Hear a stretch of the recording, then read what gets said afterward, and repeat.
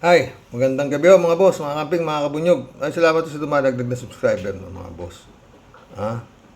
Magbigay naman tayo ng reaction dito. Hanggang ngayon, magulo pa tong Ano lang tingnan lang natin kung tama itong magiging reaction natin, mga friend.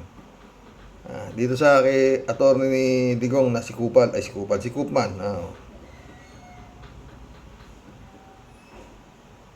Court. Kaufman also revealed that while Duterte's interim release is being considered, it is not a priority for now. Okay, let's get the details of this story from Mon Gualvez. He is joining us live from the Netherlands. Hi, Mon. What's the latest update from over there?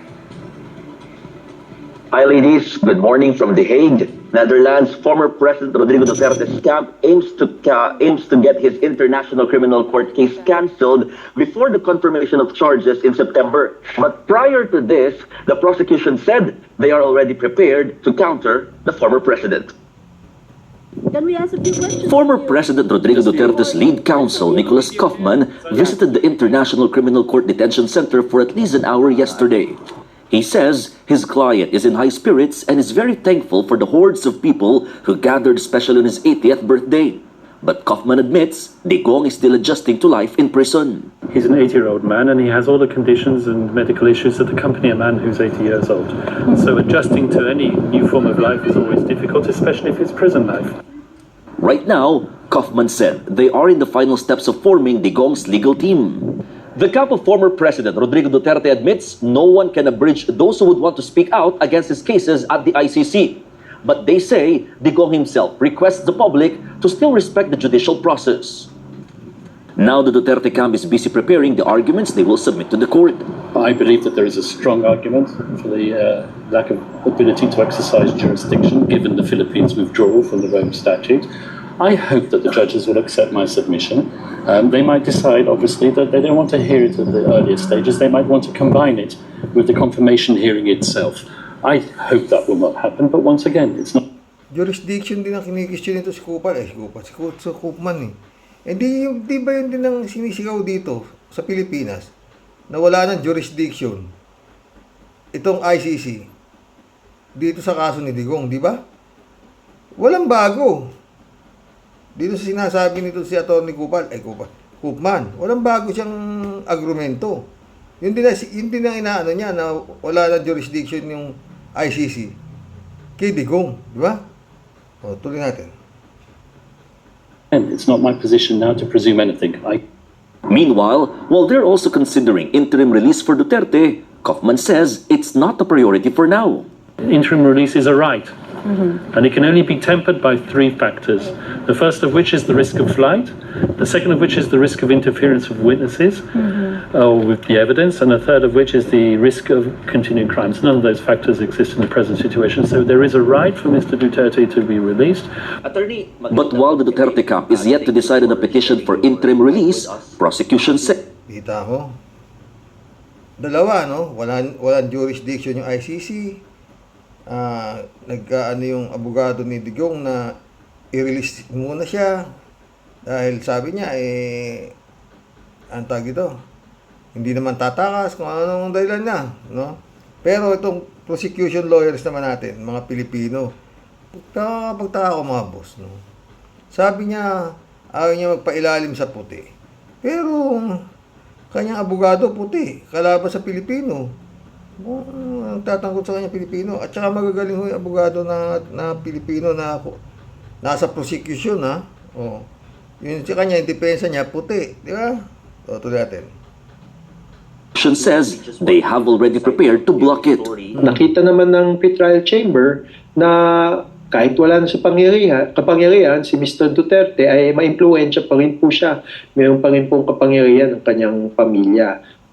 They also fear for victims and witnesses' lives if Digong goes back to the Philippines. Lalong-lalo na po ngayon na mukhang nagiging mainit po ang online ecosphere, pati po ang physical ecosphere po. O kaya kailangan po ng iba yung security para po sa mga victims ng war on drugs. At syempre, hindi natin alam kung anong magiging resulta nito sa mga yung mga talagang Davao Death Squad members at yung mga vigilante-style members. Prosecution also countered arguments ICC has no jurisdiction on the crimes of former President Duterte. They also insist Duterte's case, crimes against humanity, can actually be treated as an international crime. That's why the trial has to be done at The Hague. Inopen po yan sometime ng February 2018, nung partido pa po ang Pilipinas sa Rome Statute. Kaya hindi po isang hadlang po ang pag-alis ng Pilipinas dahil na-open po yung preliminary examination. Kung tingnan nga yung application for arrest warrant, napapaloob nga dun sa November 1, 2011 hanggang March 16, 2019. The Duterte camp, meanwhile, says it's ready to answer all these in court. Former President Rodrigo Duterte's common law wife, Hanilet Avancenia, already arrived here. Tapos na yan. Hiyabansya niya na yan, mga friend. Ito mga boss, ano to? Sa atin-atin lang to, mga friend. Pwedeng hindi ito magtagal, itong kaso nito si Digong, kung mapagbibigyan yung agrumento, kung mananalo yung agrumento nito si Koopman sa umpisa.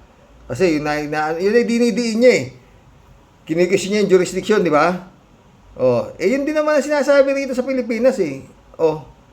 Tsaka sinasabi niya na kailangan may right daw si Duterte para makalaya habang hinihiring yung kanyang kaso.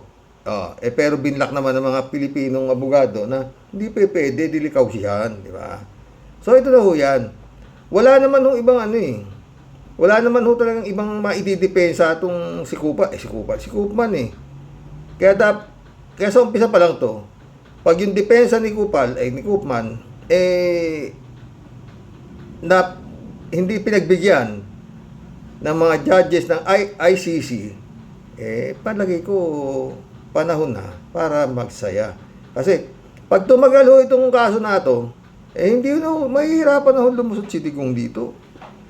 Kasi yun ang pinakamagandang naiisip ni Koopman na depensa niya na walang jurisdiction ang ICC dahil umalis na raw ang si Duterte sa ICC, hindi na raw miyembro. Yun ang ina-argumento ni Koopman di ba? Tsaka yun nga, ang hinihingi ni Koopman yung interim release do sa kanyang kliyente. Binablock nga ho ng mga abogado, 5 attorney Conte. 5 ata yung mga abogado na puro Pilipino na hindi basta-basta Pilipino, matatalino, sobrang tatalino na sa International Criminal Court, magagaling. Sila Koopman, ilan ba sila? Puro puti yata sila Koopman di ba? Kaya ho dyan, pag naipanalo ni Koopman yung kanyang argumento na mapalaya si Digong habang dinidinig ang kaso, at saka yung isa na ma-dismiss na yung kaso dahil wala jurisdiction dito kinidnap mo yung pinuwersa, yun ang mga pinuwersa, walang hindi tama yung pagkaka-aresto, yun ang mga argumento nila Koopman di ba? Pag kinatigan si Koopman ng judges ng ICC, di panalo si Digong. Pero pag hindi, itong umpisang depensa ni Koopman, tinurn down ng ICC, tapos na yan. Wala na. Finish contract na. Di ba? Ganun lang yun. Alam mo na. Di ba? Yun lang yung mga friend. Ito na naman tong mga kalokohan ni Sara Duterte, Nadagdagan na ang listahan ng mga kahinahinala at peking pangalan na konektado sa 612.5 million pesos na confidential funds ni Vice President Sara Duterte. Sinabi ni House Deputy Majority Leader Paulo Ortega V ng La Union na kasama sa mga bagong pangalan ang Hanilet Camille C., Fiona Biong, Fiona Villegas, Fiona Ranites, Ellen Magellan, Erwin Q. Ewan, Gary Tanada, at Joel Linangan na kahawig ng mga kilalang personalidad. Ani Ortega, ang paulit-ulit na paggamit ng mga stylized o playful na pangalan ay nagpapataas ng hinala ng publiko na sinadyang isama ang mga alias sa liquidation reports at wala rin anyang lumalabas sa anumang opisyal na birth, marriage at death records mula naman sa Philippine Statistics Authority. Kabilang ang mga kapangalang ito sa mga isinumite ng OVP at DepEd sa Commission on Audit. Noong mga nakaraang linggo, ibinunyag din ni Congressman Ortega ang mga kahina-hinalang pangalan tulad ng Team Amoy Asim na binubuo niya na Amoy Liu, Fernan Amoy at Jog de Asim at Team Grocery na kinaibilangan naman ni Beverly Claire Pampano, Miko Harina, Patty Ting, Ralph Josh Bacon at Sala Kasim. Manatiling nakatutok sa Teleradyo Serbisyo, Radyo sa 630 at sa aming Putik yan. Pero ngayon, puta, may mga tanga pa rin naniniwala dito sa mga Duterte, no? Puta. Grabe, no? Kung ano-anong pangalan nyo sa resibo, puta, anak na mapapamura ka talaga, puta. Ang daming naghihirap. Tapos walang bukang bibigyan si, itong si Sara na to, kundi transparency. Ganon din to si Haba na Baba. No, transparency, kung ano-anong pagsasabi, no? Noong Webes, kung saan po hindi dumalo nga yung mga opisyal ng gabinete na inimbitahan. At para po kay Senator Amy Marcos, ito raw ay parang maituturing na cover-up, parang may cover-up daw po na ginagawa ang executive dahil nga po hindi pinayagan yung mga opisyal na dumalo. May sikat na kasabihan, hidden truths are unspoken lies. Ang katotohanang pinatago ay kasinungalingan din. At mukhang gano'n ang nangyayari ngayon sa pagtatago ng katotohanan gamit ang executive privilege at sub judice, nagmimistula tuloy na may cover-up sa mga... Hirap siya mag-sub judice yata yun, sub judice. Mahirapan siya sa habang babayatan ito, mahirapan siya magsalita. Tuloy mo, haba sa mga nangyayari. What we have right now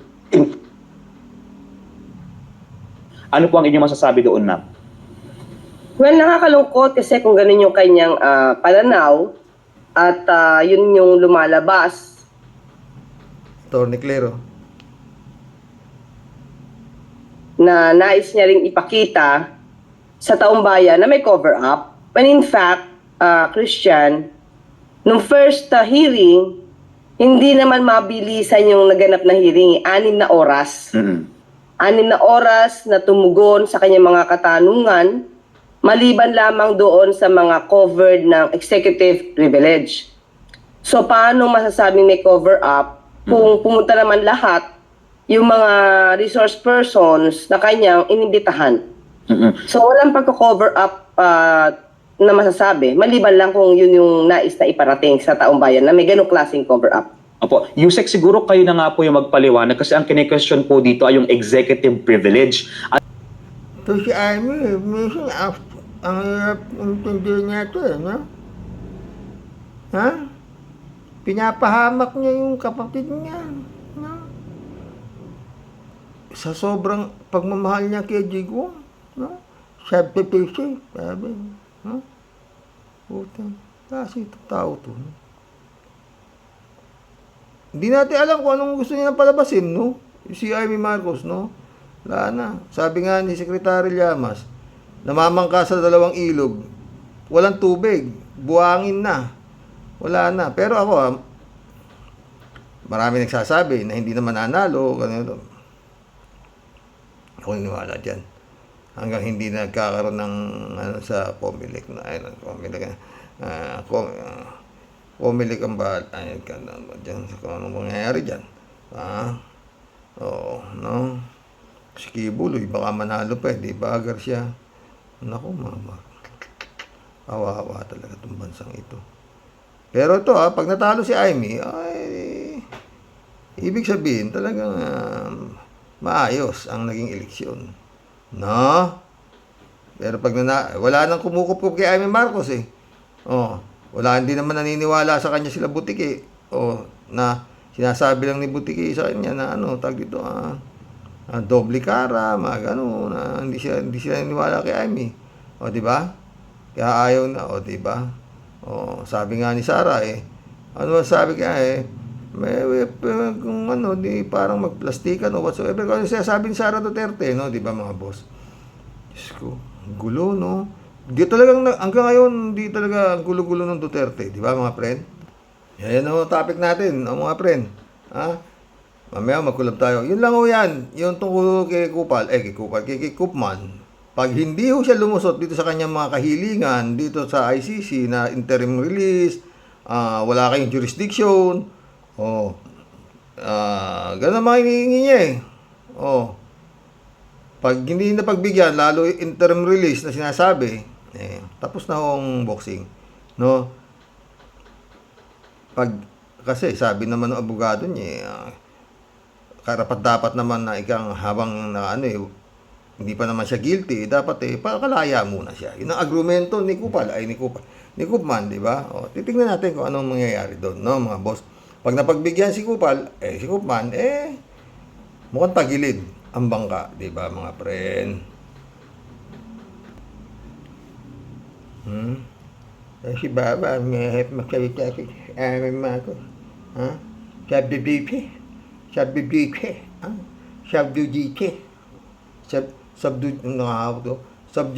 naging subjudice. Halat ni Baya, shout out. Randy Cruz, shout out. Maniwala naman kayo, dito to yan, addict sa power. Mga panatik ni Duterte, debunk at once mga fake news para matahimik na tayo. Di ba? Kaya nga, itong si Mema to, malay mo. Kung totoo, may listahan si Meme. May pinapakita siyang katunayan eh. Zon Rocks Goma, shout out.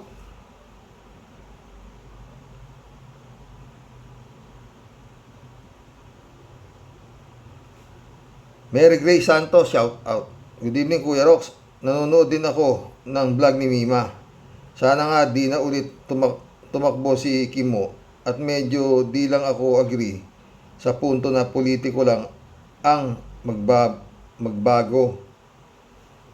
Ang mga botante din dapat pumili ng matinong politiko na maglilingkod sa bayan natin.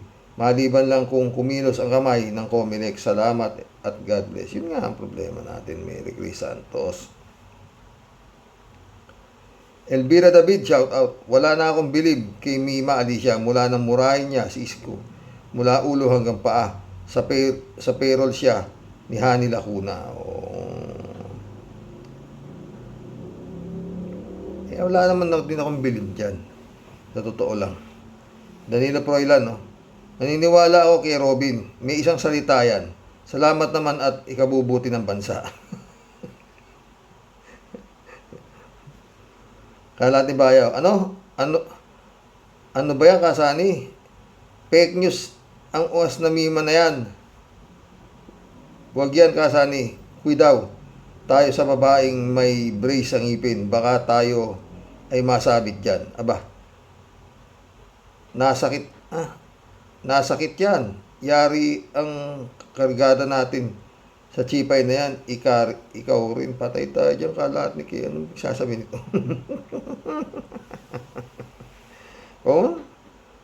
Avenger, shout out. Jokiano, shout out. Salamat naman at magre-resign na. Joey Tobilea, shout out. Jokiano, Karox. Sana totoo. Pwede kaya awol na lang pawala ng sweldo. Si Kimo Hello, Miss Grace. Bless you always, sabi ni Kalat.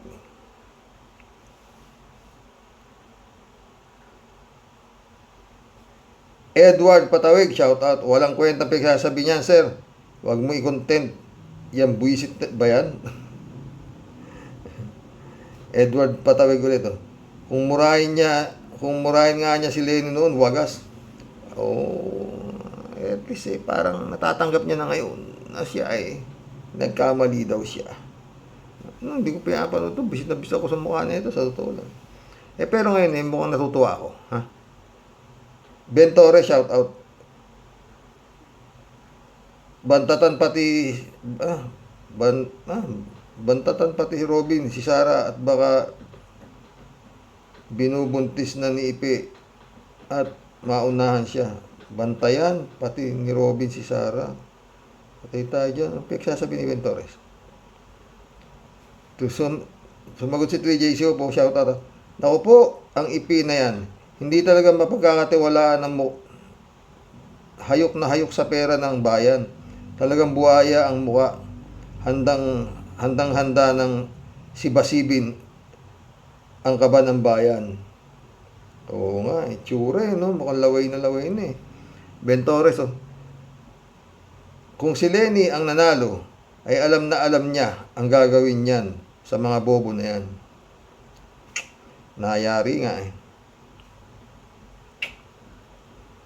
Rick Panoy, shoutout. Magandang hapon, Sir Rox. Dapat mag-resign na talaga si Robin. Ang tagal naman. Yun nga, malay mo, di ba?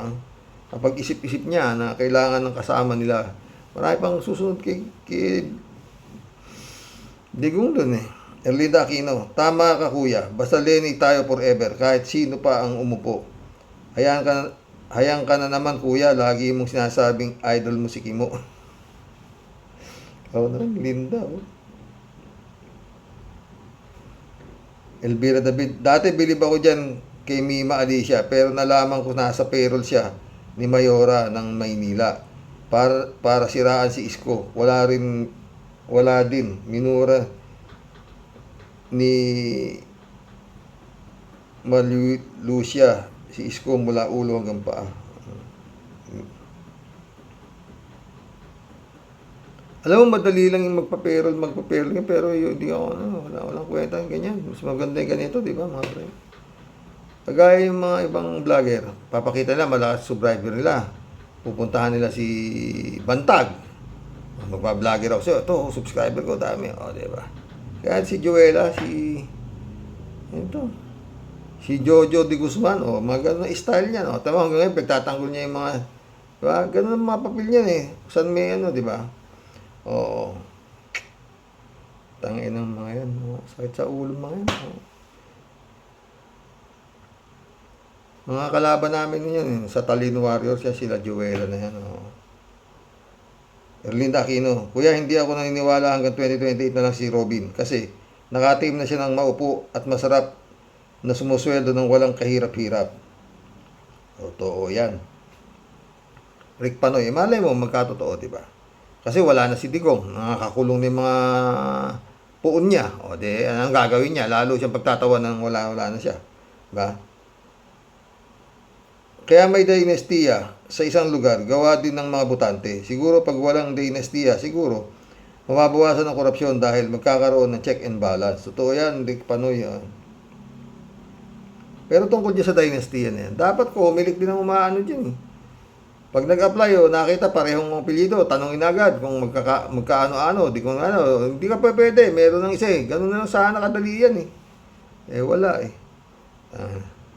Daniel Garcia, Sir, totoo, nahahawa na yan kay Duterte. Alam mo bakit? Kasi wala na silang pera para manloko kasi si Duta kulong na. Elizabeth Iscari ulit. Good evening, Sir Rox. Sana nga ituloy nitong si Robin na mag-resign. Ang tagal naman. Very good news yan, Sir Rox, na mawala na siya sa Senado. Sana isama niya si Bato, Bongo, Aimee, at yung mga pro-Duterte na naglilingkod para sa mga Duterte at hindi para sa bayan. Sana mawala na ang mga yan dyan. Kapal mga mukha niyan. Elizabeth Iscari ulit.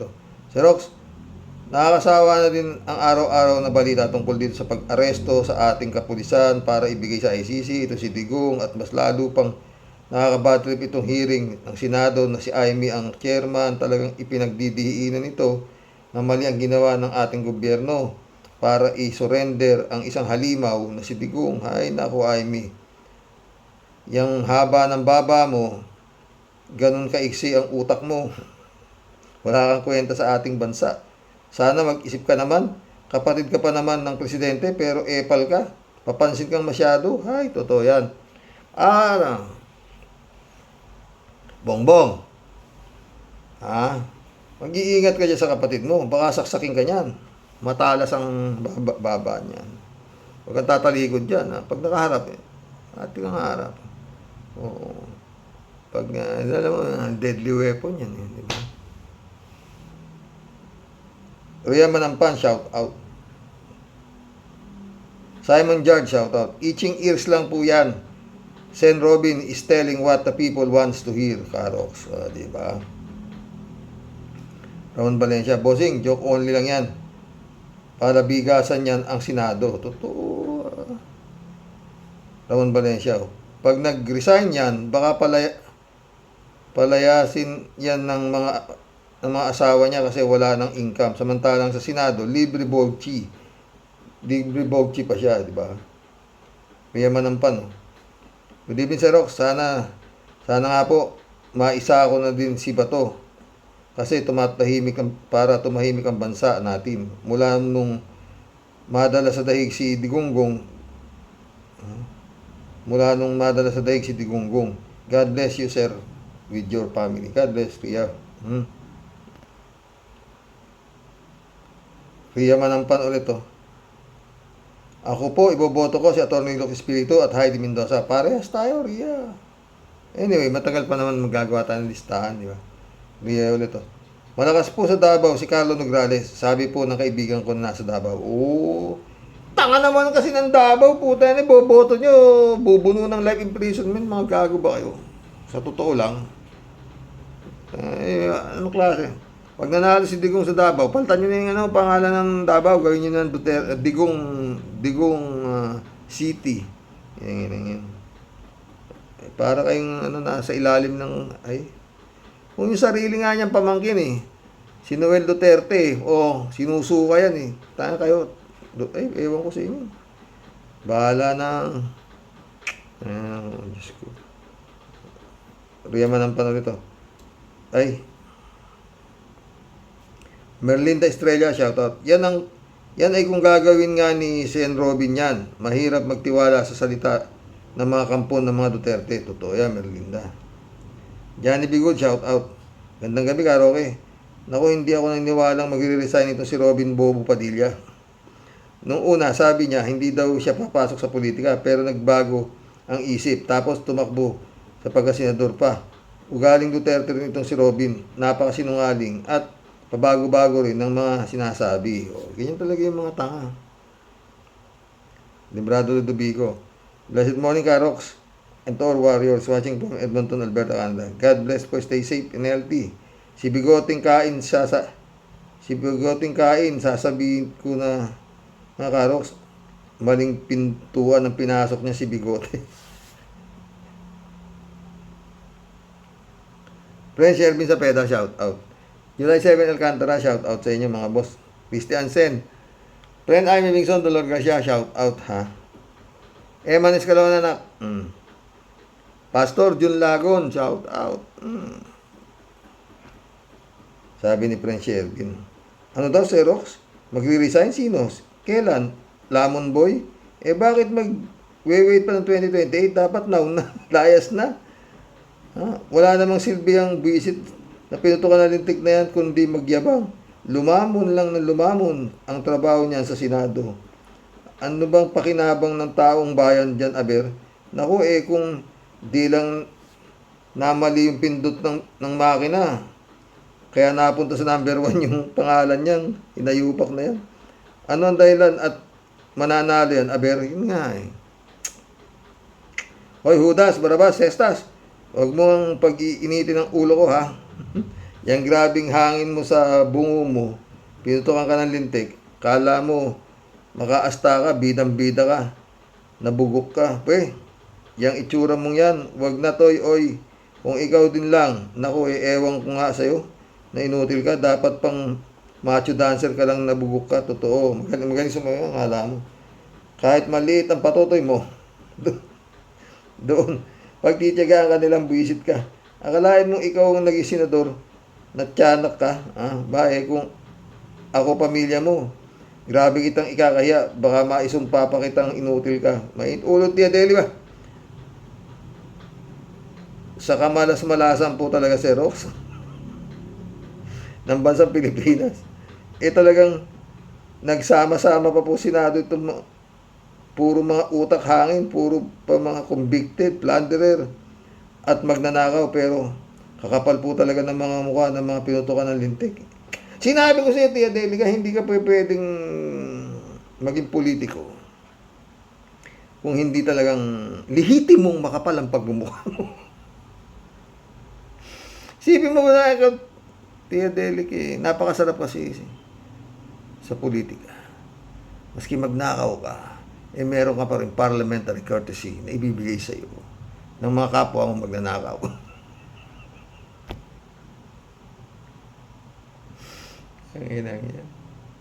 At ang tawag sa iyo, maski na bilyon-bilyon ang inanakaw mo, ay honorable pa rin.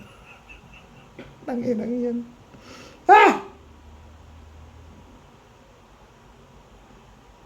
Pinuto ka po ng tik, mga yape. Puro mga nakakahiya at sa ibang bansa pa talaga nagkakalat ng kanilang mga kabubuhan ng mga pisting yawa. Ewan ko sa inyo, mga buwisit kayo, leche, layas, chupig, ina, may ulo tayo deli. Tayo dyan. Shirley Jaser, magandang buhay po, Karox. Tawa ta. Sino nga bang mag-aakala na magkakabangga ang DDS at loyalista? Pero hula yan ni Kapersi, di ba, Karox? Sinabi niya yan na may hindi magandang mangyayari sa kanila kasi nga mahirap magkasundo ang mga swapang sa kapangyarihan at kwarta. Pero salamat naman at nagkawatak-watak sila. Thank you, PBBM. Nadala sa dahig ang digong nila. Diba? Hindi lang yan. Kasunod pa yan. General Balistero, shout out. Kainis babaeng yan, trying Jard. Kalat niyo. Tama ka dyan. Ang sarap labati-bahay ng chipay na yan. Batay tayo dyan. Chupista Bunaaw, shout out. Good evening po, kuya, at sa pamilya mo pong mahal. At sa mga kawarriors. So, ba yan? Di nga.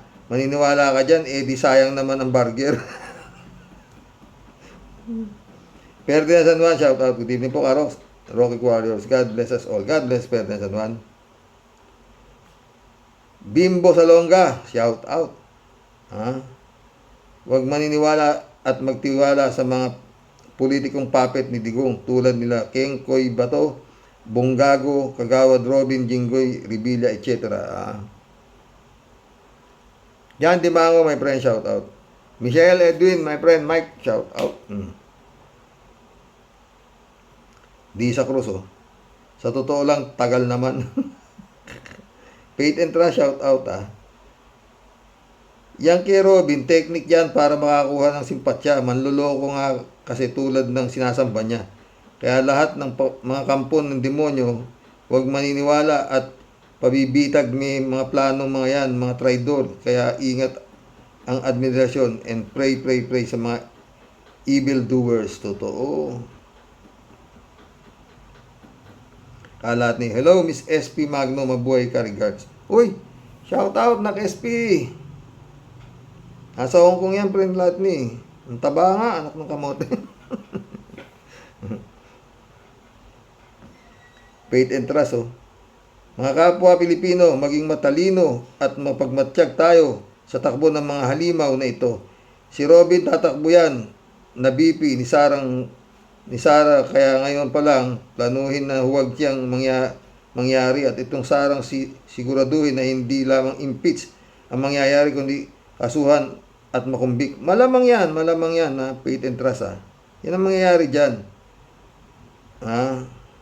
Para din talaga siya makatakbo kahit barangay tanod. Kaya ngayon pa lang, kumuha ng panlaban diyan kay Sarang kung sakaling makatakbo pa. BP Lenny, Vic Soto, Yuse Claire, magiging dark horse yan, Senator Risa, as long as walang duts na makapasok pa sa gobyerno. Totoo yan, faith and trust.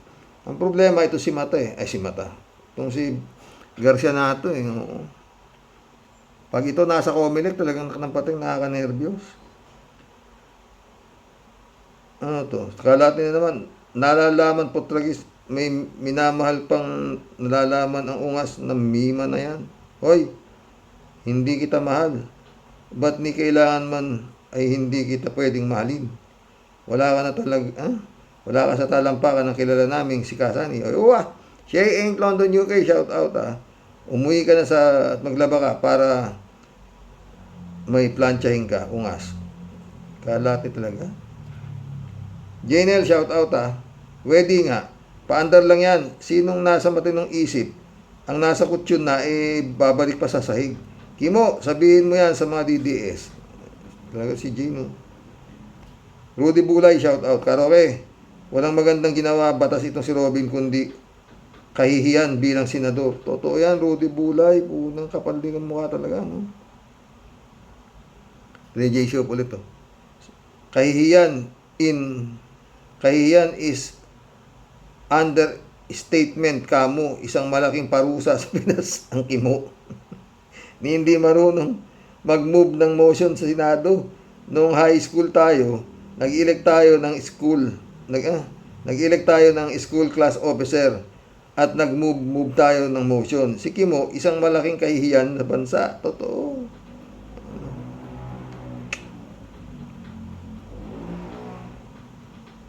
Kapista Bunaaw. Kimo, nananalamin ka ba? Ang bagay mo puro salamin. Ang bahay mo puro salamin nga pala. Bakit di mo makita sa amo mo ang dynastiya nila? Dapat nga mag-resign ka na kung may hiya ka pa. At para di ka na namin makita sa Senado na wala ka namang ginawa kundi kumain at magsuklay ng bigote mo sa Senado. Kapal nga ng mukha niya si Kimo. Artista kasi. Si Pista Bunaaw ulit to. Lalo naman si Ipe. Nanginang Ipe pag nakikita ko, okay na. Ay, kapal ng mukha ang puta. Ewan ko baka, ay nako. Nanginang yan. Diyos ko. Baka magkaroon ng milagro na naman tong Comelec na to. Manalo to si Ipe. Bumtarat-tarat. Kibuloy. Putang ina, patay. Chupista Bunao. Ay talaga po marami akong hindi iboboto sa S. Sa mga nakalinya kay BBM. Karamihan sa kanila balimbing, hunyango, buhaya at di na pagkakatiwalaan. Di sila nagiging senador ng mamaya kundi senador sila ng mga Duterte. Totoo.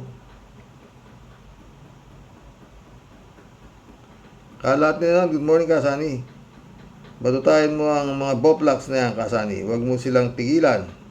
Banat lang Kasani, banat lang. God bless your family. God bless Kalat ni 3J Siopo. Rox, naku, pag nag-resign si Kimo, sige, magbago ka na ng content. 3J Siopo ulit to. Ikaw na nga ang nagsasabi, Karox, na kapag nadikit kay Digong, nagiging tanga. Ilang beses din bang nagsabi si Digong noon na magre-resign siya? Nag-resign ba? Bulaklak lang ng labi nila yan. Kumbaga sa vlogging, clickbait yan. Ang mga DDS never na nagsasabi ng totoo. Totoo. Demonyo. Tama yun. 3J Shop ulit. Si Rox, nakauwi na si Kimo from Netherlands o takbo na siya ng hearing ni Amy. Tulungan niya si Amy ng magtanggol kay Digong kasi nagmumukhang tanga na rin ang mga ng Amy. Totoo nga, parang gago. Basta yan nasabi ko kay Bongbong 3J Shop ka. Huwag siya masyadong dumidikit kay Amy, baka siya masaksak. Matalim na yan, ha? Si Rox, tawa-tawa. Galit na galit si Digong sa USA. Yung pala, si Kitty Wake and Bake, US citizen naman pala. Sa US din pala aasa. Yan ang sinasabi natin Nagalit lang si Digong dahil di binigyan ng visa noon. Itong Kimo, galit din sa US pero ang mga anak puro US citizen para nga naman maka-avail ng lahat ng privileges. Bakit hindi pinilit ni Kimo sa Pinas ipinanganak ang mga anak niya para talagang makabayan? Materialistic din ang buhong Kimo. Totoo yan, ha? Rodelia Alpilor, shout out, ha? Totoo kaya, totoo kaya yan, Sir Rox? Abang lang tayo, ha, Sir? Ingat po and God bless us all po. God bless, Rodelia, ha? Mission accomplished mga boss. Hanggang bukas po muli. God bless. Gulo, no? Sana nagustuhan niyo yung mga topic natin. Oo. Pero yun lang ang sabi ko. Pag na ipanalo ni Kupal, ni Koopman, yung mabigyan ng interim release, itong si Halimaw, nito si Digong, something went wrong. Ha? Good night. Dasal. Pero, may aga pa naman. Pero kung okay, Digong, mga boss, talang hindi ako sasagot dyan. Ba't ako tapang-tapang mo, dapat tigas mo yung... Hindi ko nire-recognize to. Anong abogado? Ako mismo. Ba? Hindi ako nagkano dito. Kinidnap ako. Ganon. Tapang-tapang mo dito pagdating dyan eh. Ako, si Rodrigo. Para kang nilabati ba? Pag nandito ka, Senado, Kongreso, tapang-tapang mo. Diba? Dapat, gusto mo rin lang maging bayani o gayahin mo si Pinoy. No, mag-hunger strike ka dyan. O, ganun. Hindi, basta ayaw kung magpailalim dito, wala. Kung ano, kumukuha ka ng mga lawyers mo, wala. Wala ka na. Yan lawyer mo naman na kinuha, si Kupal, si Koopman, ang sinasabi din, walang jurisdiction ika ang ICC, dahil nag-withdraw na yun din ang ano niya. Dialogo niya, yung dialogo din nito ni Digong yan, tapos yun din ang dialogo niya. Para ano pa yan si Kupal? Si Koopman na yan. Tapos interim release. Doon pa lang yan, pre. Tingnan mo. Pag hindi na kuha ni Koopman na mapalaya si Digong dyan, wala. Tapos na yan. Pag tumagal yan, kasi tambak-tambak talaga yung ebidensya na yung war against drug na peke nito si Digong, di ba mga friend? Sige na po. God bless.